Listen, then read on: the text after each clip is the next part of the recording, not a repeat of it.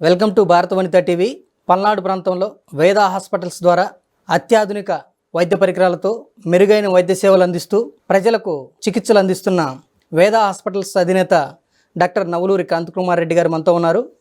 ఆయన ఈరోజు దీర్ఘకాలిక వ్యాధులు, వాటికి తీసుకోవాల్సిన జాగ్రత్తలు, దీర్ఘకాలిక వ్యాధులను బారిన పడితే అందించాల్సిన చికిత్స తదితర అంశాల గురించి మనతో చర్చించేందుకు మన స్టూడియోలో సిద్ధంగా ఉన్నారు. ముందుగా డాక్టర్ నవలూరి కాంతికుమార్ రెడ్డి గారికి నమస్కారం సార్. నమస్తే సార్, దీర్ఘకాలిక వ్యాధులు అంటే ఏమిటి, అసలు ఎందుకు వస్తాయి, ఎలా వస్తాయి? యాక్చువల్గా మనం దీర్ఘకాలిక వ్యాధులు అంటే ఇంగ్లీష్లో లైఫ్ స్టైల్ డిసీజ్ అంటామండి. అంటే ఏంటంటే ఒకసారి వచ్చిన తర్వాత లైఫ్ లాంగ్ మనతో ఉంటాయి ఈ డిసీజెస్ అనేవి. అంటే వాటితో మనం మన జీవనాన్ని కలుపుకొని వెళ్ళాల్సిందే కానీ అవి మనం వదిలిపెట్టేవి కాదు. ముఖ్యంగా లైఫ్ స్టైల్ డిసీజ్ అంటే ఏంటంటే మనకి మన జీవన విధానం, అంటే మనం ఎలా బతుకుతున్నాము, ఎలా తింటున్నాము, రోజువారీ కార్యకలాపాలు ఎలా చేస్తున్నాము అనే వాటి మీద, వాటి వల్ల అంటే ఆ ఫ్యాక్టర్స్ వల్ల మనకు వచ్చే వాటిని యూజువల్గా లైఫ్ స్టైల్ డిసీజ్ అంటాం. వీటిలో కొంత జెనెటిక్ క్యారెక్టర్స్ ఉన్నా కానీ కొంత మన లైఫ్ స్టైల్ వల్ల కూడా వస్తూ ఉంటాయి అన్నమాట. బీపీ, షుగర్, థైరాయిడ్, దాని తర్వాత పక్షవాతము, గుండె జబ్బులు, అట్లాంటివి చాలా వరకు కూడా మెటబాలిక్ సిండ్రోమ్స్ అంటాం. అంటే మన తినే విధానం వల్ల కానీ, మన బాడీ చేసే ఎక్సర్సైజ్ వల్ల కానీ, వర్క్ వల్ల కానీ కొన్ని బాడీలో కొన్ని చేంజెస్ జరుగుతూ ఉంటాయి, మెటబాలిక్ చేంజెస్ అంటాం. ఆ చేంజెస్ వల్ల మనకి లైఫ్ లాంగ్ ఎఫెక్ట్ అయ్యే డిసీజెస్ అనమాట. ఇవన్నీ కూడా లైఫ్ స్టైల్ డిసీజెస్ అంటాం. ముఖ్యంగా ఈ లైఫ్ స్టైల్ డిసీజెస్ని గుర్తించడం ఎలా, వేటిని లైఫ్ టైమ్ డిసీజెస్గా పరిగణించవచ్చు? దాదాపుగా అంటే మనకి ఇన్ఫెక్షన్ రాకుండా, పుట్టుకతోనే రాకుండా వచ్చే జబ్బులు దాదాపుగా అన్నీ కూడా లైఫ్ స్టైల్ డిసీజ్ కేటగిరీలోనే వస్తాయండి. అంటే బేసిక్గా కమ్యూనికబుల్, నాన్ కమ్యూనికబుల్ డిసీజ్ అంటాం. కమ్యూనికబుల్ అంటే ఇది ఇన్ఫెక్షన్ వల్ల, మన క్రిముల వల్ల కానీ లేకపోతే వేరే వల్ల కానీ మనం సంక్రమించేది కమ్యూనికబుల్ డిసీజ్ అనమాట. ఇట్లా కాకుండా వచ్చే నాన్ కమ్యూనికబుల్ డిసీజ్ అని చెప్పి కేటగిరైజ్ చేస్తాం. అందులో ఒక రకమేమో జన్యుపరంగా వచ్చాయి, అంటే పుట్టుకతోనే మన జీన్స్ వల్ల కానీ లేకపోతే మన వంశపారంపర్యంగా వచ్చే కానీ జెనెటిక్ డిసీజ్ అంటాం. అట్లా కాకుండా ఈ మన జీవన విధానం వల్ల వచ్చే లైఫ్ స్టైల్ డిసీజెస్ అంటాం అనమాట. దాదాపుగా చాలా వరకు మనం ఇప్పుడు ఫేస్ చేస్తున్న క్రానిక్ డిసీజ్ అంటే ఎక్కువ రోజులు ఉండేవి కొన్ని రకాల క్యాన్సర్స్, బీపీ, షుగర్, థైరాయిడ్, గుండె జబ్బు అంటే గుండె వీక్ అవ్వటం కానీ, గుండెకు వచ్చే రక్తనాళాలు బ్లాక్ అవ్వటం కానీ అట్లాంటివి కానీ, స్ట్రోక్ అంటే పక్షవాతము, అట్లాంటివి ఇవన్నీ కూడా ఏంటంటే లైఫ్ స్టైల్ డిసీజ్ కిందనే కన్సిడర్ చేస్తూ ఉంటాము. మన దేశంలో అత్యధికంగా ఈ లైఫ్ స్టైల్ డిసీజెస్ రావడానికి గల కారణాలు ఏమై ఉండొచ్చు? ఇంతకుముందు మన జీవన విధానం చాలా యాక్టివ్గా ఉండేదండి. ఎక్కువగా మనం వ్యవసాయ ఆధారితంగా ఉండేవాళ్ళం, పని కూడా ఎక్కువగా చేసేవాళ్ళు. ఇంతకుముందు మన పూర్వీకులు కూడా ప్రతి ఒక్క చిన్నదానికి వాళ్ళ సొంత పనులు వాళ్ళు చేసుకునేవాళ్ళు, దాంతోపాటు పనికి కూడా వెళ్తూ ఉండేవాళ్ళు. కానీ ఉండే కొంది ఏమైందంటే మన జీవన విధానంలో కొంచెం పని అంటే రెగ్యులర్గా చేసే పని అది కొంచెం తగ్గింది. మనం తినే ఆహారంలో కూడా చాలా తేడాలు వచ్చినాయి. ఇంతకుముందు హోల్ గ్రెయిన్స్ ఎక్కువ తినేవాళ్ళం, అంటే రాగి ముద్దని, జొన్న సంగటని అట్లాంటివి మనం ఎక్కువ తీసుకునేవాళ్ళం. ఇప్పుడు ఏమైందంటే మనం రిఫైన్డ్ ఫుడ్స్ తీసుకోవటం మనం మొదలు పెట్టేసాం. దాంతోపాటు మన Indian population, Asian population, South Asian పాపులేషన్కి కొంచెం అబ్డామినల్ ఒబేసిటీ టెండెన్సీ కూడా కొంచెం ఎక్కువగా ఉంటుందని రీసెర్చెస్లో కూడా తేలింది. ఈ అబ్డామినల్ ఒబేసిటీ వల్ల కానీ లేకపోతే ఈ మన జీవన విధానంలో మార్పుల వల్ల కానీ, ఎక్కువగా యాక్టివ్గా ఉండే జీవన విధానం నుంచి మనం కొంచెం సెడెంటరీ అంటే కొంచెం తక్కువ యాక్టివిటీ ఉండే జీవన విధానంలోకి మారిపోయాం. దాంతోపాటు మనం తినే విధానాలు కూడా మారిపోయినాయి. దీనివల్ల మనం ఈ లైఫ్ స్టైల్ డిసీజ్ పైన ఎక్కువ పడుతున్నాం. ఎంత ఎక్కువగా అవుతుందంటే మన భారతదేశాన్ని ఇప్పుడు వరల్డ్ క్యాపిటల్ ఆఫ్ డయాబెటీస్ అని, world capital of life style disease అనే స్టేజ్కి మనం వచ్చాం అన్నమాట. ఈ లైఫ్ స్టైల్ డిసీజెస్ వంశపారంపరంగా వస్తాయా, వచ్చే అవకాశాలు ఉన్నాయా? అంటే జెనెటిక్ ప్రిడిస్పోజిషన్ అంటాం దీన్ని. అంటే మనం ఉన్న జన్యువుల వల్ల మనకు వచ్చే ఛాన్స్ ఉందనే దాని మీద ఎంతో కొంత, అంటే మన అమ్మ తరపు కానీ నాన్న తరపు కానీ ఎవరికన్నా కానీ ఇట్లాంటి డిసీజెస్ ఉన్నప్పుడు మనకు కూడా వచ్చే అవకాశం ఒక 10 రెట్లు ఎక్కువగా ఉంటుంది. అంటే అసలు ఇంట్లో షుగర్ వ్యాధి కానీ బీపీ వ్యాధి కానీ లేని వాళ్ళకన్నా కానీ మనకి అది వచ్చే అవకాశం 10 రెట్లు ఎక్కువగా ఉంటుంది అనమాట, ఇన్ కేస్ మన ఇంట్లో కనుక ఎవరికైనా పూర్వీకులకి ఇవన్నీ ఉంటాయి. ఈ లైఫ్ స్టైల్ డిసీజెస్ని ముందుగా గుర్తించడం ఎలా? ఫస్ట్ మనం రెగ్యులర్గా స్క్రీనింగ్ చేయించుకోవాలండి. యూజువల్గా 30 ఏళ్ళు 35 ఏళ్ళ తర్వాత ఈ వ్యాధులు అనేవి బయటపడుతూ ఉంటాయి. షుగర్ కానీ బీపీ కానీ ఇవన్నీ కూడా. ఎందుకంటే ఆపర్చునిస్టిక్ స్క్రీనింగ్ అంటాం. అంటే మనం ఏదైనా కారణం మీద హాస్పిటల్కి వెళ్ళినప్పుడు అట్లీస్ట్ ఒకసారి బీపీ షుగర్ టెస్ట్ చేయించుకోవటము. దాని తర్వాత మన ఊర్లో క్యాంపులు పెడతా ఉంటారు, షుగర్ క్యాంపులని, బీపీ క్యాంపులని పెడతా ఉంటారు, అప్పుడు చేయించుకోవటము. దాని తర్వాత మనం రెగ్యులర్గా మన హెల్త్ అనేది కొంచెం డిస్టర్బ్ అవుతూ ఉంటుంది. అంటే ఎక్కువ మాతగా ఉండటం వల్ల కానీ, లేకపోతే బరువు అధికంగా పెరగటం కానీ, లేకపోతే కాళ్ళలో చేతుల్లో తిమ్మిర్లు రావటం కానీ, అట్లాంటి కొంచెం అబ్నార్మాలిటీస్ వచ్చినప్పుడు ఏంటంటే మనం హాస్పిటల్కి వెళ్ళి, ఇదిగో మాకు ఈ లక్షణాలు వస్తూ ఉన్నాయండి, ఇది మాకు నార్మల్గా కాదు కొంచెం అబ్నార్మల్గా అనిపిస్తూ ఉంది అని చెప్పంటే డాక్టర్స్ దానికి తగ్గట్టుగా కొన్ని చిన్న చిన్న టెస్ట్స్, అంటే ఇప్పుడు షుగర్ టెస్ట్ ఉంది మనకి 50 రూపాయలు 100 రూపాయలు అయిపోతూ ఉంటుంది. బీపీ టెస్ట్ అనేది చాలా ఫ్రీగా చేస్తారు. థైరాయిడ్ టెస్ట్ అంటే ఒక 300-400 రూపాయలు అయిపోతూ ఉంటుంది. ఈసీజీ, గుండె పరంగా చూసుకుంటే ఈసీజీ, ఇవన్నీ ఏంటంటే చాలా సింపుల్ టెస్ట్. ఈ సింపుల్ స్క్రీనింగ్తోనే మనం ఎర్లీగానే మన ఈ డిసీజెస్ మనం గుర్తుపట్టవచ్చు అనమాట.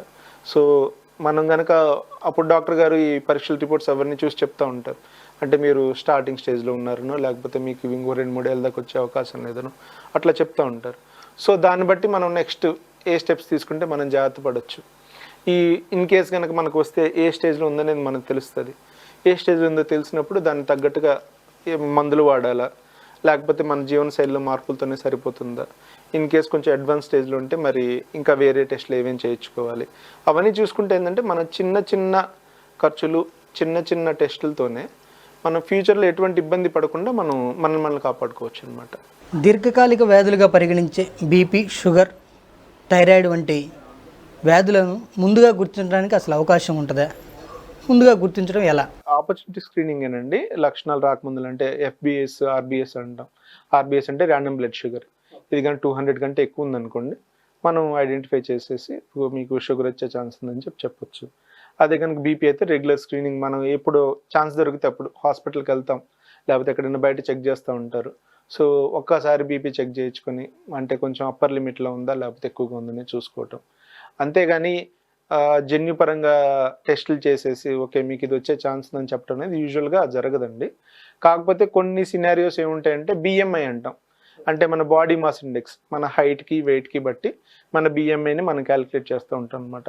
అది కొంచెం ఎక్కువగా ఉన్నప్పుడు ఈ లైఫ్ స్టైల్ డిసీజ్ వచ్చే ఛాన్సెస్ కొంచెం ఎక్కువగా ఉంటాయి అన్నమాట. దాంతోపాటు మన వేస్ట్ హిప్ సర్కంఫరెన్స్ అంటాం, అంటే మన తుంటి మరి తర్వాత మన పొట్ట భాగం, ఈ రెండింటి మధ్య రేషియో ఉంటుంది. ఆ రేషియోలో ఏమైనా అబ్నార్మాలిటీస్ ఉన్నా కానీ మనకి వచ్చే అవకాశాలు కొంచెం ఎక్కువగా ఉంటాయి అన్నమాట. దాంతోపాటు చిన్నప్పటి నుంచే బరువు ఎక్కువ ఉంటాము, అవి కూడా కొంచెం ఈ లైఫ్ స్టైల్ డిసీజెస్లోకి మనం వెళ్తామనడానికి ఇండికేషన్స్ ఉంటాయి అన్నమాట. సార్, సాధారణంగా ఒకసారి బీపీ వచ్చిన తర్వాత ఇక లైఫ్ లాంగ్ బీపీ టాబ్లెట్ వాడాలా? అసలు ఖచ్చితంగా వాడాల్సిందే అని కొంతమంది అంటారు, వాడకపోయినా పర్వాలేదు కొన్నాళ్ళ తర్వాత తగ్గిందంటారు. అసలు కంట్రోల్ అయిద్దా? దానికి అసలు ఫుల్ స్టాప్ ఉంటుందా ఈ మెడిసిన్కి? సార్ యాక్చువల్గా బీపీకి 2 రకాలు ఉంటాయి సార్. ఒకటి ప్రైమరీ హైపర్ టెన్షన్ అంటాం, అంటే ఏదైనా కారణాల వల్ల మన కిడ్నీ డ్యామేజ్ అవడం వలన, లేకపోతే వేరే చిన్న చిన్న ఇష్యూస్ ఉంటాయి, వాటి వల్ల పెరిగిన బ్లడ్ ప్రెషర్ యూజువల్గా ఆ కాంపోనెంట్ని కనుక మనం క్యూర్ చేస్తే తగ్గే అవకాశాలు ఉంటాయి. అంతేకాకుండా సెకండరీ హైపర్ టెన్షన్ అంటాం, అంటే ఏంటంటే వేరే కారణాలు ఏమీ లేకుండా ఓన్లీ మన బ్లడ్ వెజల్స్లో చేంజెస్ వల్ల వచ్చే హైపర్ టెన్షన్ అనేది ఉంటుంది. అది వచ్చినప్పుడు యూజువల్గా లైఫ్ లాంగ్ మందులు వాడాల్సి వస్తుంది. కొన్ని డిఫరెంట్ కేసెస్ సినారియోస్ ఏముంటాయంటే, మనం ఎక్కువ రోజులు మందులు వాడిన తర్వాత మన హార్ట్ బాగా వీక్ అయిపోయి బ్లడ్ సరిగ్గా పంప్ చేయనప్పుడు ఆ టైంలో బీపీ పడిపోతుంది. కానీ యూజువల్గా అంటే నా చిన్నప్పుడు నేను దగ్గరగా 15 ఇయర్స్ నుంచి మెడికల్ ఫీల్డ్లో ఉన్నాను. మా ప్రొఫెసర్స్ వాళ్ళు ఒక 50 ఇయర్స్ నుంచి మెడికల్ ఫీల్డ్లో ఉన్న వాళ్ళు ఉంటారు. వాళ్ళ పరంగా కానీ వాళ్ళ ఎక్స్పీరియన్స్తో చెప్పింది కానీ మా పర్సనల్ క్లినికల్ ఎక్స్పీరియన్స్లో కానీ ఒక్కసారి బీపీ 160, 170 దాటిన తర్వాత మెడిసిన్స్ లేకుండా ఈ సెకండరీ హైపర్ టెన్షన్ అనేది కంట్రోల్ అవడం అనేది యూజువల్గా జరగదన్నమాట. కాకపోతే చాలామంది పేషెంట్స్ ఏం చేస్తారంటే, ఫస్ట్ 160, 170 బీపీ ఉన్నప్పుడు మా దగ్గరకు వస్తారు, మేము మెడిసిన్ స్టార్ట్ చేస్తాము, వాళ్ళ బీపీ నార్మల్ అంటే 120, 130 ఆ రేంజ్కి వస్తూ ఉంటుంది అనమాట. అది వచ్చిన తర్వాత ఓకే నాకు బీపీ తగ్గిపోయింది, నేను మందులు ఆపొచ్చు అని చెప్పి ఆపుతూ ఉంటారు. అయితే కొన్నాళ్ళకి వాళ్ళకి పెద్ద తేడాలు ఏం తెలియవు. కొంచెం ముదిరిపోయి అంటే 160 దాకా కూడా మనకి ఎర్లీ చేంజెస్ మనకి ఏం అర్థం కావన్నమాట. ఇవన్నీ లాంగ్ టర్మ్ చేంజెస్లో ఉంటాయి. ఒక 180, 200 అట్లా వెళ్ళినప్పుడే మనకి ఇమీడియట్ సిమ్టమ్స్ కనిపిస్తాయి. అప్పుడు హాస్పిటల్కి వచ్చి మందులు వాడదాం అనుకుంటారు. మందులు ఆపేసిన తర్వాత ఈ 120, 170 మధ్యలో ఉన్న వాళ్ళకి పెద్ద తేడాలు తెలియవు కదా. సో నాకు బాగానే ఉంది కదా, మందులు వాడటం దేనికి, అనవసరంగా మందులు వాడిస్తూనే ఉంటారు. మా క్లినికల్ ఎక్స్పీరియన్స్ ప్రకారం అయితే ఒక్కసారి బీపీ వచ్చిన తర్వాత అన్లెస్ మీరు ట్యాబ్లెట్లు వాడేటప్పుడు 100 కంటే తక్కువ బీపీ ఉంటే తప్ప మందులు అనేవి ఆపకూడదు. అది కూడా ప్రాపర్గా మెడికల్ సూపర్వైజేషన్లో డోసు చిన్నగా తగ్గించుకుంటూ, అంటే మీరు ఒక రకం మందులు వాడుతున్నప్పుడు బీపీ 100 కంటే తక్కువ ఉంటుంది. సో ఏం చేస్తామంటే మేము ఫస్ట్ ఒక పవర్ పెడతాము, ఆ పవర్లో సగం పెట్టి చూస్తాం. అప్పుడు కూడా బీపీ డౌన్ అవుతుందంటే కంప్లీట్గా ఆపేస్తాం. అంతేగాని అబ్రప్ట్గా ఆపినా కానీ మనకి సీరియస్ కాన్సిక్వెన్సెస్ ఫేస్ చేయాల్సి వస్తుంది. ప్రస్తుతం మారుతున్న కాలానుగుణంగా మనం దీర్ఘకాలిక వ్యాధుల బారిన పడకుండా ఉండాలంటే ఏం చేయాలి, ఏం చేస్తే బాగుంటుంది? మెయిన్గా లైఫ్ స్టైల్ మాడిఫికేషన్స్ ఏనండి. యాక్చువల్గా మన జీవన విధానం, మన పాశ్చాత్యుల నుంచి కానీ మన పూర్వీకుల నుంచి కానీ మనం వచ్చిన జీవన విధానం ఏంటంటే బాగా యాక్టివ్గా ఉంటాం. యూజువల్గా ఫారిన్ కంట్రీస్లో ఎలా ఉంటుందంటే వాళ్ళు ఎప్పటి నుంచో కూడా కొంచెం లేట్గా లెగవటము, తర్వాత లేట్గా నిద్రపోవటం అట్లాంటివి చేస్తూ ఉంటారు. కానీ మన పూర్వీకుల నుంచి కూడా మనం వచ్చింది ఏంటంటే మనం ఎర్లీ మార్నింగ్ లెగుస్తాం. వాళ్ళు ఎప్పుడైనా కానీ 4:30, 5:30కి లేచి వాళ్ళ కాలకృత్యాలు తీర్చుకుని వాళ్ళ సొంత పనులకు వెళ్ళటం కానీ, లేకపోతే గుళ్ళ దగ్గరికి వెళ్ళటం కానీ అట్లాంటివి చేస్తూ ఉంటారు. దానికి ఒక సైంటిఫిక్ రీజన్ ఉంది. ఎర్లీ మార్నింగ్ ఒక 40 నిమిషాలు 45 నిమిషాలు వాళ్ళు గుడి దగ్గరికి వెళ్ళటము, నడుచుకుంటూ వెళ్ళటము, దాని చుట్టూ ప్రదక్షిణలు చేయటమను, లేకపోతే అట్లాంటివి, లేకపోతే పొద్దున్నే పొలానికి నడుచుకుంటూ వెళ్ళటమను అట్లాంటివి చేసేవాళ్ళు. సో అలా చేసినప్పుడు ఏమయ్యేదంటే వాళ్ళ హార్ట్ యాక్టివ్గా ఉండటము, బాడీ అంతా యాక్టివ్గా ఉండటము, వాటి వల్ల ఈ వ్యాధులు అనేవి రాకుండా ఉండేవి అనమాట.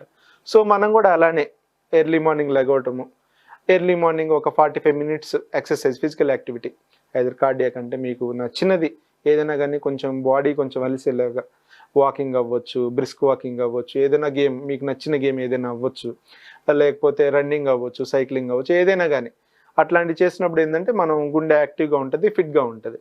దాంతోపాటు మనం తినే ఆహారంలో కూడా కొంచెం ఫ్యాట్స్ కొంచెం తగ్గించుకోవటం, హోల్ గ్రెయిన్స్ ఎక్కువ తింటాం, అంటే ఫైబర్ ఫుడ్తో కలిసిన ధాన్యాలు ఉంటాయి, అవన్నీ కొంచెం ఎక్కువ తీసుకోవటం. ఇన్ కేస్ మీకు తెల్ల రైసే మీకు అలవాటు అయిపోయింది, హోల్ గ్రెయిన్స్లోకి మీరు వెళ్ళలేకపోతున్నారు, సో దాంతోపాటు మీరు తినే ఆహారంలో కొంచెం ఫైబర్ కంటెంట్ ఎక్కువ ఉండేలాగా చూసుకోవటం. అంటే తెల్లన్నం ఒకటే తింటే ఏంటంటే మనకు అందులో ఫైబర్ దొరకదు, సో షుగర్ స్పైక్స్ ఎక్కువగా ఉంటాయి, ఇట్లాంటి డిసీజ్ వచ్చే అవకాశాలు ఎక్కువగా ఉంటాయి. సో దానికి ఆల్టర్నేటివ్గా ఏంటంటే కూరగాయల్లో కొంచెం ఫైబర్ ఎక్కువ ఉండే కూరగాయలు ఎక్కువ తీసుకోవటం, కూర ఎక్కువ తింటము, మన రైస్ తగ్గించుకోవటము, ఉప్పు కారాలు బాగా తగ్గించుకోవటము, అన్నెసరీగా స్వీట్ వాడటం తగ్గించటము, అంటే ఎక్సెసివ్గా స్వీట్ తీసుకోవటం కానీ, లేకపోతే వేరే వేరే స్వీట్స్ ఎక్కువగా మనకి షుగర్ స్పెక్స్ బాగా కలిగించే స్వీట్స్ ఎక్కువగా తీసుకోవడం కంప్లీట్గా అవాయిడ్ చేసేసి హోల్ ఫుడ్స్ ఎక్కువ తీసుకోవటం, ఫ్రూట్స్ మనకి లో గ్లైసిమిక్ ఫ్రూట్స్ అనేవి రోజుకు ఒక పార్ట్ కంపల్సరీగా తీసుకోవటం, టైంకి నిద్రపోవటం, దాంతోపాటు ఫిజికల్ యాక్టివిటీతో పాటు ఏంటంటే టైంకి నిద్రపోవటం, స్ట్రెస్ ఫ్రీ లైఫ్, ఎక్కువగా అనవసరంగా టెన్షన్స్ వాటిని పెట్టుకోకుండా రెగ్యులర్గా హ్యాపీగా ఉంటుంటే ఏంటంటే ఈ లైఫ్ స్టైల్ డిసీజెస్ని మనం కంప్లీట్గా అవాయిడ్ చేయొచ్చు. సార్, ప్రాథమికంగా ఎలాంటి పరీక్షల ద్వారా వీటిని గుర్తించవచ్చు? సింపుల్ అండి, ఇందాకలు చెప్పాను కదా, ఫస్ట్ వెయిట్ చెకింగ్, బిఎంఐ అనేది మనం ఇంట్లో కూర్చొని మనం క్యాలిక్యులేట్ చేసుకోవచ్చు అనమాట. ఓవర్ వెయిట్ కేటగిరీలోకి వెళ్తున్నామంటే మనం కొంచెం అలర్ట్ అవ్వాలి. దాంతోపాటు ఏంటంటే fasting blood sugars every 35 years దాటిన తర్వాత ఇయర్కి ఒకసారి మనకి ఏమి షుగర్ అవేం డయాగ్నోజ్ కానప్పుడు ఇయర్లీ వన్స్ ఒకసారి ఫాస్టింగ్ బ్లడ్ షుగర్ కానీ HbA1c కానీ చేయించుకుంటాం. సో షుగర్ రాలేదని చెప్పి కన్ఫర్మ్ చేసుకుంటాం, వస్తే దానికి మందులు వాడుకుంటాం. రెగ్యులర్గా బీపీ చెకప్ 140 కంటే ఎక్కువ ఉంటుంది. సో లక్షణాలు ఏమైనా ఉన్నాయి, తలనొప్పి కానీ అట్లాంటి లక్షణాలు, కళ్ళు తిరిగే లక్షణాలు ఉన్నాయనుకోండి 140కే ట్రీట్మెంట్ స్టార్ట్ చేస్తాం. లేదా లక్షణాలు ఏం లేకపోతే 150 to 160 మధ్యలో ట్రీట్మెంట్ స్టార్ట్ చేసుకుంటాం. థైరాయిడ్ TSH టెస్ట్ ఒకటి చేపిస్తే సరిపోతుంది. దాని తర్వాత ECG, regular ECG, in case మీకు కనుక ఆయాసం వస్తుంది అనుకుంటే 2D ఎక్కువ కానీ, లేకపోతేనేమో CT/CAG అని కొత్తగా వచ్చింది, అంటే CT స్కాన్లోనే మనకి యాంజియోగ్రామ్ కూడా వస్తుంది, నాన్ ఇన్వేజివ్ ప్రొసీజర్ అనమాట, అది చేయించుకోవటం. దాని తర్వాత సంవత్సరానికి ఒకసారి కిడ్నీ పరీక్షలు, లిపిడ్ ప్రొఫైల్, మన ఒంట్లో కొలెస్ట్రాల్ లెవెల్ ఎట్లా ఉందనే చేసుకునే ప్రొఫైల్ ఒకటి, లివర్ ప్రొఫైల్, ఈ లివర్ పనితీరు ఎట్లా ఉందనేది ఇవి చెక్ చేసుకుంటే చాలు. వీటిలో ఏమైనా అబ్నార్మాలిటీ ఉన్నప్పుడు మనం నెక్స్ట్ స్టేజ్కి మనం వెళ్ళొచ్చు. ఇవన్నీ నార్మల్గా ఉంటే యూజువల్గా మనం ఈ లైఫ్ స్టైల్ డిసీజ్ కొంచెం దూరంగా ఉన్నట్టే లెక్క. సార్, కొంతమంది డాక్టర్లు కూడా చెప్తున్నారు, బీపీ వచ్చిందనగానే ఉప్పు కారం మానేసేయండి అంటారు. అసలు ఇది పాటించడానికి ఎంత ప్రయత్నం చేసినా ఒక్కొక్కళ్ళు దీన్ని అధిగమిస్తూనే ఉంటారు. ఏంటి దీనివల్ల ఎలాంటి ఇబ్బందులు పడే అవకాశం ఉంటుంది? యూజువల్గా ఏంటంటేనండి, మన WHO గైడ్లైన్స్ ప్రకారం మనిషికి రోజుకి 5 గ్రాముల కంటే ఎక్కువ ఉప్పు అనేది తీసుకోకూడదు. ఈ సాల్ట్ కంటెంట్ మనం ఎక్కువ తీసుకున్నప్పుడు బ్లడ్ ప్రెషర్ని ఇంకా మనం పెంచుతూ ఉంటాం అన్నమాట. సో రోజుకి 5 గ్రాముల ఉప్పు అంటే మనకి నెలకు వచ్చి ఎంత అవుతుంది? 35 అంటే 150 గ్రాములు. అంటే ఇంట్లో 2 మనుషులు ఉంటే దగ్గరగా 1/2 కేజీ ప్యాకెట్ ఒక నెల మొత్తం రావాలని లెక్క అనమాట. సో కారాలు ఉప్పులు ఎందుకు మానుకోమంటారంటే మన కారంలో కూడా ఉప్పు యాడ్ అయ్యే ఉంటుంది. మనం తినే ఆహారంలో ఎక్స్ట్రాగా ఉప్పు యాడ్ చేసుకున్నప్పుడు ఏంటంటే ఇదంతా ఎక్సెస్ అయిపోతుంది. రెగ్యులర్గా కూరల్లో కొంచెం సన్నగా ఉప్పు వేసుకుంటే మనకు సరిపోతుంది. ఈ ఎక్స్ట్రా రోటి పచ్చళ్ళు వరకు పర్లేదు. ఈ జాడి పచ్చళ్ళు ఉంటాయి. జాడి పచ్చడి నిల్వ ఉండడానికి మనం ఏం చేస్తాము? ఎంత ముక్కలు వేస్తామో అంత ఉప్పు వేస్తాం. కారంలో కూడా అంతే కదా, మిరపకాయలు ఎంత వేస్తామో అంత ఉప్పు కూడా మనం వేస్తాం. సో మన 5 గ్రాముల లిమిట్ దాటిపోతుంది. సో అందుకని ఏంటంటే ఇవి యూజువల్గా బయట నుంచి ఉప్పు వేసుకోవడం, అంటే పెరుగన్నంలో ఉప్పు వేసుకోవద్దు, కూరల్లో ఎక్స్ట్రా ఉప్పు వేసుకోవద్దు, కారం ఎక్కువ వాడద్దు అని చెప్పేది ఎందుకంటే దీనికోసం ఈ 5 గ్రాముల లిమిట్ని దాటకుండా మనం ఉండాలని చెప్పి అది చెప్తాం అనమాట. సరే, ఇప్పుడు అదొకటి అయితే ఇప్పుడు నాన్ వెజ్ తింటున్నారు, మసాలాలు యాడ్ అవుతుంది. అసలు నాన్ వెజ్ తినటం వల్ల కూడా ఈ సమస్యలు తీవ్రతరం అయ్యే అవకాశం ఉందా? అంటే చాలా రీసెర్చెస్లో ఏం చెప్పాయంటే సార్, మనకి ప్రోటీన్ కంటెంట్ అనేది కూడా మన బాడీ బిల్డప్కి చాలా అవసరం అనమాట. సో యూజువల్గా ఏం చెప్తారంటే లీన్ ప్రోటీన్ మాస్ తినమని చెప్తారు. అంటే వైట్ మీట్ అంటే ఇంకా నార్మల్ పబ్లిక్ అర్థం కావాలని చెప్పి ఏం చేశారంటే ఇప్పుడు కొత్తగా వైట్ మీట్, రెడ్ మీట్ అని చెప్పి డివైడ్ చేసేసారు. తెల్లగా ఉండే మాంసం అంటే యూజువల్గా మన కోడి మాంసం కానీ చేప కానీ ఇవి వరకు ఒక లిమిట్లో ఫ్యాట్ అవి తగ్గించుకొని నూనె వస్తువులు ఎక్కువ వేయకుండా బాయిల్డ్ మీట్ ఎక్కువ తీసుకోవచ్చు. దాన్ని వరకు మనం అలో చేయొచ్చు అనమాట. ఈ రెడ్ మీట్ అనే దాని వరకు సాధ్యమైనంత వరకు అవాయిడ్ చేయమని చెప్తున్నారు. రెడ్ మీట్ వల్ల ఈ బాడీలో కొలెస్ట్రాల్ లెవెల్స్ పెరుగుతూ ఉన్నాయి, హార్ట్ కండిషన్స్ అగ్రివేట్ అవుతూ ఉన్నాయి, దాంతోపాటు కిడ్నీ మీద కూడా ఎఫెక్ట్ చూపిస్తూ ఉంది. సో యూజువల్గా రెడ్ మీట్ని అవాయిడ్ చేయండి అని చెప్తా ఉన్నారు అనమాట. చాలా రీసెర్చెస్ కూడా అదే చెప్పినాయి. White meat is relatively safer than red meat. ఎట్లానో బాడీకి ప్రోటీన్ బిల్డప్ అవసరము, యానిమల్ ప్రోటీన్ కూడా కావాలి కాబట్టి if you are taking non veg white మీట్ని ప్రిఫర్ చేయండి అని చెప్పి చెప్తాను. సార్, నేను ఈ మధ్యకాలంలో విన్నాను, కొంతమంది ఈ స్ట్రెస్ ఫీలింగ్ వల్ల అయితేనేమి లేకపోతే ఇంకొక ఇతర సమస్యలతో ఒక్కొక్కళ్ళకి నైటు 2-3 వరకు నిద్ర పట్టదు. ఒక్కొక్కళ్ళకి ఒక రకము, ఇంకొక రకము షార్ప్ నైటు 2:33కి మెలకు వస్తుంది. తర్వాత నుంచి కొంతమందికి నిద్ర పట్టదు. ఈ 2 వేరియేషన్ ఏంటి? దీన్ని కూడా ఎలా భావించవచ్చు మనం? అంటే యాక్చువల్గా మన స్ట్రెస్ ఉన్నప్పుడు ఏంటంటే మన బ్రెయిన్ ఆటోమేటిక్గా కూడా వర్క్ లోడ్ ఎక్కువ తీసుకుంటూ ఉంటుంది అనమాట. సో దానివల్ల స్లీప్ డిస్టర్బెన్స్ రావడం అనేది చాలా కామన్గా జరుగుతూ ఉంటుంది. సో నిద్ర పట్టకపోవటం కానీ ఎర్లీగా నిద్ర రావడం రెండు దగ్గరగా ఒకటే సినారియోస్. అంటే వాళ్ళు పడుకున్నామనే నిద్ర పడుతుంది కానీ 2-3 అవర్స్ తర్వాత అది మెయింటైన్ చేయలేరు. కొంతమంది ఏమో అసలు నిద్రపోవటమే చాలా లేట్గా నిద్రపోయి మళ్ళీ 2-3 అవర్స్ తర్వాత మళ్ళీ వెంటనే లేస్తూ ఉంటారు. ఇవన్నీ కూడా బాడీలో బ్రెయిన్లో కొన్ని చిన్న కెమికల్స్ రిలీజ్ అవుతూ ఉంటాయి స్ట్రెస్ వల్ల. దానివల్ల ఎఫెక్ట్ అవుతూ ఉంటారు అనమాట. సో రెండు కూడా మనకి డేంజరే. రెండు సేఫ్ అని కాదు, అట్లా అని చెప్పి రెండు వేరియేషన్ అని కూడా కాదు. రెండు both are indication of stress to the body. దాంతోపాటు కొంతమంది లేట్గా నిద్రపోయి దగ్గరగా ఒక 10 గంటల దాకా నిద్రపోయి లెగుస్తూ ఉంటారు. ఎంతసేపు నిద్రపోయినా కానీ వాళ్ళ బ్రెయిన్ ఇంకా రెస్ట్ కోరుకుంటూ ఉంటుంది. అవి కూడా స్ట్రెస్ సింటమ్స్ అన్నమాట. సరే, వీళ్ళకి సొల్యూషన్ ఏమైనా ఉందా? ఓన్లీ మెడిసిన్ వాడటమేనా లేకపోతే ఈ యోగా ఎక్సర్సైజ్ల వల్ల ఏమైనా ఉపశమనం ఉంటుంది? It can give a lot of changes sir. Yoga కానీ లేకపోతే మెడిటేషన్ కానీ లేకపోతే వాళ్ళ లైఫ్ని హ్యాపీగా ఉంచుకోవడానికి ప్రయత్నం చేయటం కానీ, యూజువల్గా ఫ్రెండ్స్తో మాట్లాడటము, ఏదైనా గేమ్స్ ఆడుకోవటము అంటే అవుట్డోర్ గేమ్స్ ఆడటము, దాని తర్వాత మెడిటేషను. అంటే నేను చాలా మందికి గుడికి కూడా వెళ్ళమని చెప్తూ ఉంటాను. చాలా మంది కాంట్రవర్సీగా ఫీల్ అవుతూ ఉంటారు, ఏంటి డాక్టర్ గారు ఎందుకు గుళ్ళకి వెళ్ళమంటున్నారని చెప్తూ ఉంటారు. గుడిని కాదు, గుడి కానీ మాస్క్ కానీ చర్చ్ కానీ ఏదైనా కానీ మనం వెళ్ళేది దీనికి ప్రశాంతత కోసం. మనం బయట ఉన్న ఆలోచనలు మన వర్క్ రిలేటెడ్ కానీ ఫ్యామిలీ రిలేటెడ్ కానీ అన్నీ వదిలిపెట్టి ఒక 10 మినిట్స్ మన బ్రెయిన్ని కంప్లీట్గా ఎంప్టీ చేసుకోవడానికని మనం ఈ ప్లేసెస్కి వెళ్తాం. సో ఇవి కూడా మన స్ట్రెస్ని తగ్గించడానికి చాలా వరకు హెల్ప్ చేస్తాయి. So be cool. అంటే ఏది కూడా పర్మనెంట్ కాదు. మన లైఫే మనకు పర్మనెంట్, మన ఫ్యామిలీ మనకు పర్మనెంట్. సో దాని మీద కాన్సన్ట్రేట్ చేసి ఈ జాబ్ వల్ల వచ్చే స్ట్రెస్ అను, లేకపోతే టార్గెట్స్ అను, లేకపోతే వేరే వేరే కారణాలను, డబ్బులు రావట్లేదు, అవి రావట్లేదు, ఇది చేయట్లేదు అని చెప్పి మనం ఎక్కువ ఆలోచన చేయటం వల్ల ఏమవుతుందంటే ఈ స్ట్రెస్ హార్మోన్స్ అనేవి పెరుగుతూ ఉంటాయి. సో అట్లీస్ట్ మనకంటూ మనం రోజుకు ఒక గంట, గంటన్నర టైం అన్నా కానీ 6 గంటలు నిద్రపోతుంది, 10 గంటలు జాబుకు పోతుంది. సో 16 గంటలు అసలు మన చేతిలోనే ఉండవు. సో మిగిలిన టైంలో అయినా అట్లీస్ట్ 1 అవర్ మన కోసం మనం కేటాయించుకోవాలి. మన మెంటల్ వెల్ బీయింగ్ కోసం మనం కేటాయించుకోవాలి. అది ఏదైనా అవ్వచ్చు, గేమ్స్ అవ్వచ్చు, సరదాగా పిల్లలతో ఆడుకోవటం అవ్వచ్చు, లేకపోతే టెంపుల్కి వెళ్ళటం అవ్వచ్చు, ఏదైనా కానీ అట్లీస్ట్ 1 అవర్ మన కోసం మనం కేటాయించుకుంటే a lot of stress will reduce. So ఈ లైఫ్ స్టైల్ డిసీజ్ రాకుండా ఈ 1 అవర్ మనకి చాలా హెల్ప్ చేస్తుంది. సార్ మెడిసిన్తో పాటు ప్రత్యేకంగా ఇలాంటి సమస్యలతో బాధపడేవారు ఆహార నియమాలు ఏమైనా ఉంటాయా అసలు?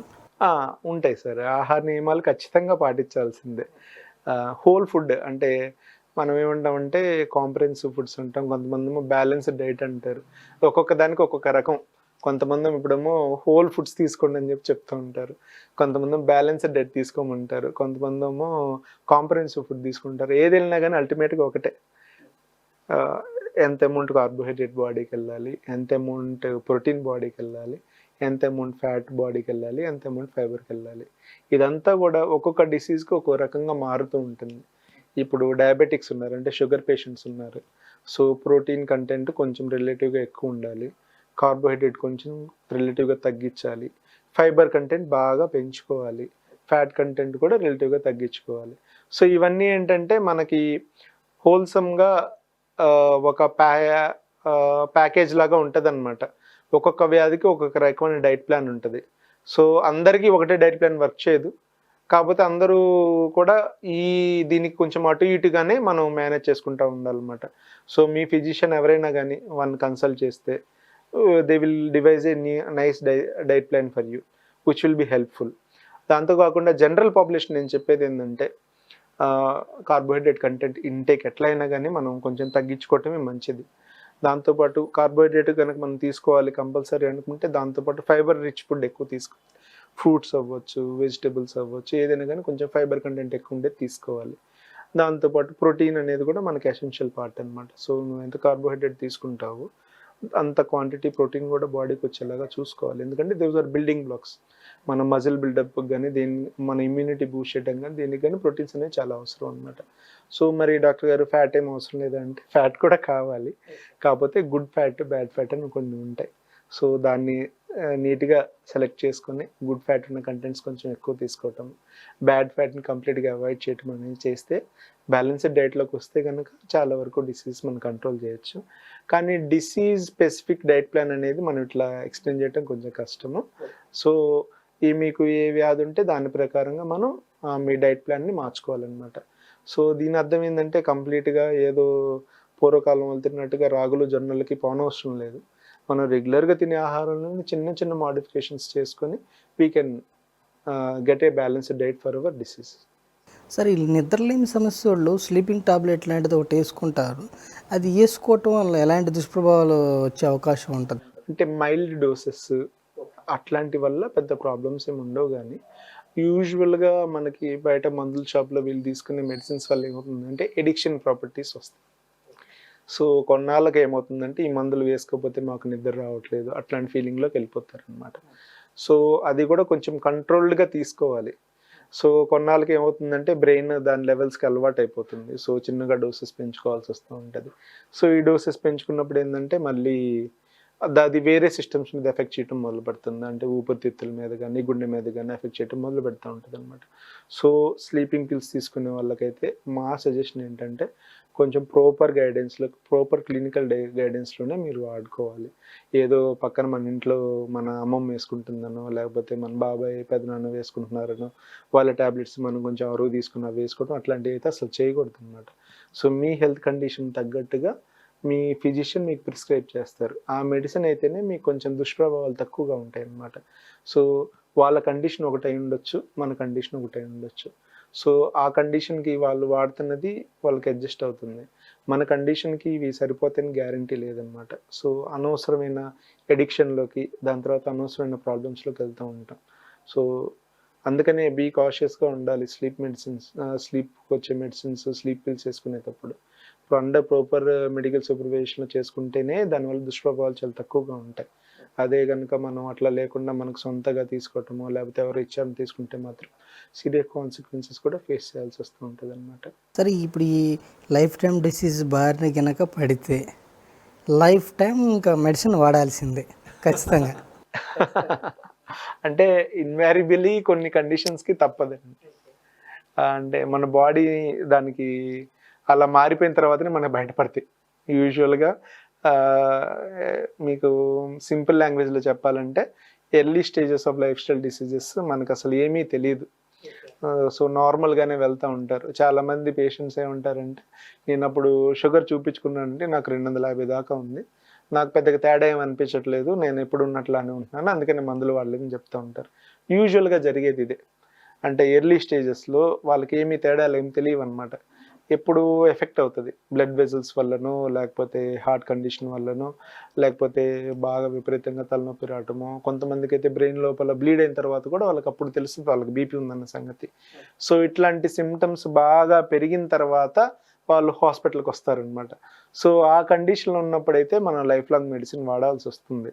ఇన్ కేస్ మైనర్ చేంజెస్ ఉన్నప్పుడే కనుక మనము దీన్ని డిటెక్ట్ చేసుకుంటే కొన్నిసార్లు చిన్న లైఫ్ స్టైల్ మోడిఫికేషన్స్తోనే ఈ డిసీజ్ మనం కంట్రోల్ చేయొచ్చు అనమాట. ఇప్పుడు బీపీ ఉంటుంది. బీపీ మనం ఎర్లీగానే డిటెక్ట్ చేసి, అంటే 150 ఆ టైంలో మనం డిటెక్ట్ చేస్తే నేను చెప్పిన చేంజెస్, ఎక్సర్సైజెస్, సాల్ట్ కంటెంట్ తగ్గించుకోవటము, డైట్లో మోడిఫికేషన్స్ చేయటం వల్ల ట్యాబ్లెట్ వాడకుండానే మనం కంట్రోల్ చేయొచ్చు. కాకపోతే ఆ పర్సంటేజ్ ఆఫ్ పాపులేషన్ అనేది చాలా రేర్గా ఉంటుంది అనమాట. యూజువల్గా హాస్పిటల్కి పలానా కండిషన్తో వాళ్ళు వచ్చారంటే ఆల్రెడీ ఒక స్టేజ్ ఆఫ్ ప్రివెన్షన్ దాటి సెకండరీ ప్రివెన్షన్ స్టేజ్కి వస్తారనమాట. అంటే ఓన్లీ డైట్తోనో లైఫ్ స్టైల్ చేంజెస్తోనో అవి తగ్గే అవకాశాలు తక్కువగా ఉంటాయి. కేవలం మెడిసిన్తోనే కంట్రోల్ చేయాల్సి వస్తుంది. దాంతోపాటు ఏంటంటే ఎప్పుడు కూడా మేము లైఫ్ స్టైల్ డిసీజెస్ని తగ్గినాయి అని చెప్పి మేము ఎప్పుడు అనం, కంట్రోల్లో ఉందనే అంటాం. అంటే బీపీ అనేది మనకు కంపల్సరీగా కావాల్సిందే బాడీకి. బీపీ తగ్గిపోవటం అనేది ఉండదు, కంట్రోల్లో ఉందా లేదనేది చెక్ చేసుకుంటాం. సో మనం మెడిసిన్ వాడుతున్నప్పుడు నార్మల్ లెవెల్లో ఉన్నది మెడిసిన్ ఆపితే మళ్ళీ పెరిగే అవకాశాలు ఎక్కువగా ఉంటాయి. సో కంట్రోల్లో చేసుకోవటానికి మెడిసిన్ వాడాలి. నేను మా పేషెంట్స్కి యూజువల్గా అర్థమయ్యే భాష చెప్పాలంటే ఏం చెప్తానంటే, మీరు వంట చేసుకుంటారమ్మా, ఈరోజు ఉప్పు వేసుకుంటారు సరిపోతుంది, మళ్ళీ రేపు వంటకి ఉప్పు సరే ఈరోజు సరిపోయిందని చెప్పి రేపు వేసుకోకుండా ఉండరు కదా. సో ఇది కూడా అంతే, మెడిసిన్ కూడా అంతే. ఈరోజు ఓకే బాగానే ఉందని చెప్పి రేపు వేసుకోకపోతే రేపు ఏదో ఒక డెఫిషియన్సీ వస్తూ ఉంటుంది. సో కంపల్సరీగా డైలీ మెడిసిన్ వాడాల్సింది. సరే, ఇప్పుడు ఈ దీర్ఘకాలిక వ్యాధులకి ఏ వయసు వారిలో ఎక్కువ వచ్చే అవకాశాలు ఉంటాయి? అంటే యూజువల్గా 35 years తర్వాత నుంచి we have a tendency for this diseases అండి. 35 ఏళ్ళు 45 ఏళ్ళు based upon there genetic predisposition, వాళ్ళ అలవాట్లు కానీ వాళ్ళ బాడీ సైజ్ బట్టి కానీ 35 years నుంచి స్క్రీనింగ్ అయితే చేయించుకోవాలి. అంటే మనకి సిమ్టమ్స్ వచ్చేదాకా వెయిట్ చేయకుండా ముందల్నే మనం నివారణ చర్యల్లో భాగంగానే, ప్రివెన్షన్ మెజర్స్లో భాగంగానే స్క్రీనింగ్ చేయించుకుంటే ఏంటంటే ఎర్లీగా డిటెక్ట్ అవుతాయి. సో మనం దాని తగ్గట్టు లైఫ్ మోడిఫికేషన్స్ చేసుకుంటే యూజువల్గా రాకుండా కూడా మనం కాపాడుకో. అసలు ఒకసారి బాడీ స్క్రీనింగ్ చేయించుకోవడానికి ఎంత ఖర్చు అయ్యిద్ది అంటారు అసలు? అంటే మన దగ్గరలో అందుబాటులో ఉన్న సదుపాయాలు. నేనైతే యూజువల్గా ఈ హోల్ బాడీ స్క్రీనింగ్స్ అవి కూడా నేను ఇన్సిస్ట్ చేయను. మీకు వచ్చిన కండిషన్ బట్టి దాన్ని బట్టి డాక్టర్ డివైస్ చేస్తారు ప్లాన్. చాలామంది ఇంత పెద్ద పుస్తకం తీసుకొని వస్తారు, సార్ పలానా ల్యాబ్లో మాకు మొత్తం హోల్ బాడీ చెకప్ అని చెప్పి చేయించేస్తారని. అందులో కొన్ని అవసరమైన టెస్ట్లు, అనవసరమైన టెస్ట్లు అన్నీ ఉంటాయి అన్నమాట. సో మీ బాడీకి తగ్గట్టుగా డాక్టర్ గారు ఎగ్జామిన్ చేసి దాని ప్రకారంగా మీకు ప్రిస్క్రైబ్ చేస్తే ఈజీ అనమాట. యూజువల్గా ఆ ల్యాబ్ బట్టి మనం చేయించుకునే టెస్టులు బట్టి 2000 నుంచి 5000 లోపే మనకి స్క్రీనింగ్ టెస్టులు అయిపోతూ ఉంటాయి. బేసిక్ స్క్రీనింగ్ టెస్టులు అయితే 1000 రూపాయల్లోనే అయిపోతాయి.